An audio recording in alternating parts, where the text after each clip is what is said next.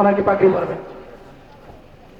হাফেজা মোসাম্মদ সাদিয়া আক্তারের পিতাকে পাগড়ি প্রদান করছেন আমাদের শাইখ দাঈলা সুন্নাহ মুস্তাকিমিল্লাহ হামিদি হাফিজাহুল্লাহ।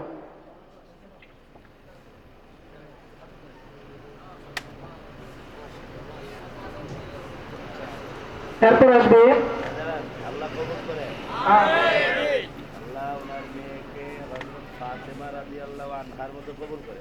আমিন আমিন আর জোরে কর আমিন। এখন আসবে হাফেজা মোসাম্মদ লাবিবা আক্তারের পিতা শেখ মুফতি ওলিউল্লাহ কাসিমি।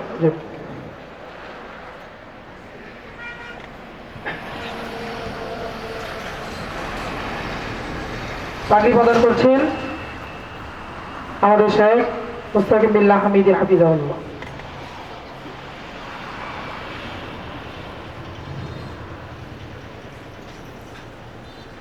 এরপর আসবেন আমার উস্তাদ আলহাজ শাব্বির আহমদ বাদশাহ হুজুর, ওনাকে পাগড়ি প্রদান করবেন মুফতি ওলিউল্লাহ কাসিমি শাহ হুজুর এবং আলহাজ মুস্তাকিম বিল্লাহ হামিদি সাহেব দামাত বারকাতুহু। আল্লাহ ওনারে কবুল করে আমিন। আমাদের মধ্যে একজন মেহমানও আসছেন, আমাদের জামাত সমর্থিত এমপি প্রার্থী, ইনশাআল্লাহ আমরা ওনাকে কিছু সময় দিব। আমিন মেয়েকে রাবিয়া বানায় দে। আমিন।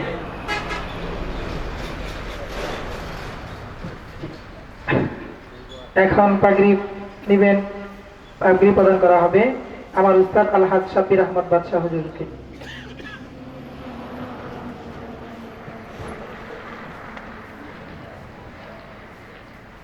আল্লাহ তাআলা ওনার হায়াতে তাইয়্যিবা দান করেন।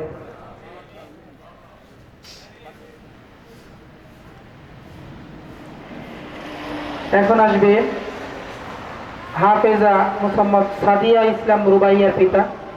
আল্লাহ ওনাকে কবুল করে আমিন।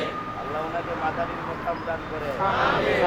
ওনার মেয়েকে আল্লাহ হযরত আয়েশা রাদিয়াল্লাহু আনহার মতো কবুল করে আমিন। এখন আসবে হাফেজা মোসাম্মদ সাদিয়া ইসলাম রুবাইয়ার পিতা মোহাম্মদ রুকুনুজ্জামান, তারার বিটা সদর জামালপুর। ওনাকে আমাদের শাইখ পাগড়ি প্রদান করবে।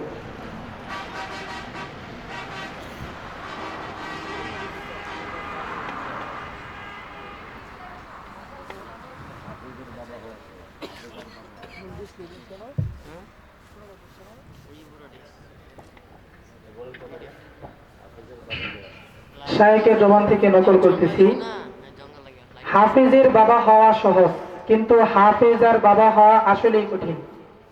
কেননা হাফেজা বা মেয়েরা তো একটু দুর্বল থাকে, ছেলেদের তুলনায় মেয়েরা দুর্বল থাকে, কিন্তু এত কষ্ট পরিশ্রম করে তারাও হাফেজা হয়, আলহামদুলিল্লাহ।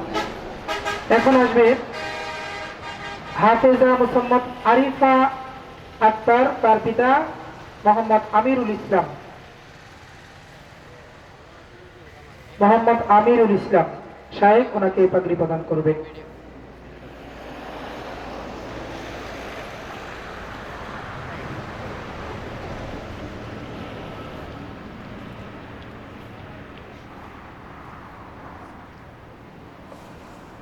ওনার মেয়ে 16 মাস বা 17 মাসে আল্লাহ তাআলা পবিত্র কুরআনুল কারীম মুখস্থ করার তৌফিক দিয়েছেন, আলহামদুলিল্লাহ। এরপর আসবে হাফেজা ইকরাত জান্নাত মারুফার পিতা মোহাম্মদ আওয়াল করিম, হদ্দের বিটা বালিয়ারপাড়, ত্রিশাল, ময়মনসিংহ।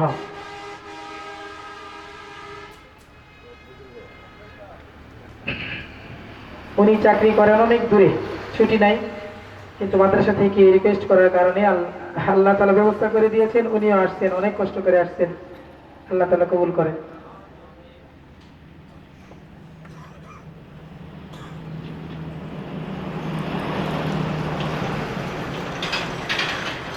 এখন আসবেন হাফেজা মোসাম্মদ হাবিবা জান্নাত হিমি, পিতা মোহাম্মদ হারুনুর রশিদ, বৈলর মঠবাড়ি, ত্রিশাল, ময়মনসিংহ।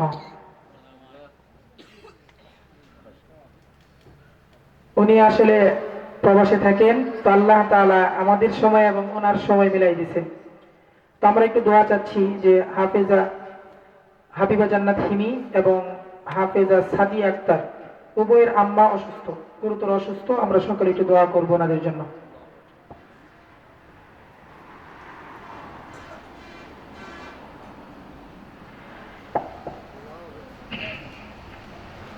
এই পর্যায়ে আমি মঞ্চে আসার জন্য আহ্বান করব আমাদের গত বছর 2025-এর যে বোর্ড পরীক্ষায় যারা মেধাপ্রাপ্ত হয়েছে শিক্ষার্থী তাদের পিতাদের।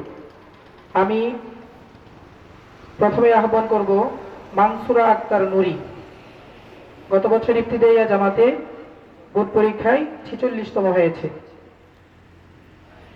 মানসুরা আক্তার নুরি, তার অভিভাবক মনে হয় একটু মাদ্রাসায় আছে। তো আমার একটু কমেন্টমেন্ট ছিল, প্রত্যেক বছরে আমি কিছু পুরস্কার ঘোষণা করি। সেক্ষেত্রে আমি গত বছর বলেছিলাম, অনেক প্রতিকূলতার মধ্যে তারা পরীক্ষা দিয়েছে। গত বছর বলেছিলাম যে যদি তোমরা 50-এর মধ্যে থাকতে পারো তো তাহলে আমি তোমাদেরকে ডায়মন্ড পুরস্কার দিব। তো আলহামদুলিল্লাহ, আপনারা জানেন আমরা প্রত্যেক বছরই যারা মেধা তালিকায় স্থান পাই, ইতিপূর্বেও আমরা একাধিক ডায়মন্ড, সেটা নামপ্রস্ত হোক। আসলে বর্তমান জামানায় তো অনেক দাম, স্বর্ণের দাম অনেক। তা আমাদের তো যে তৌফিক সে অনুযায়ী আমরা দিচ্ছি। তো সে 46তম হয়েছে, এজন্য আমরা তাকে ডায়মন্ড পুরস্কার দেবো ইনশাল্লাহ। এরপর আসবে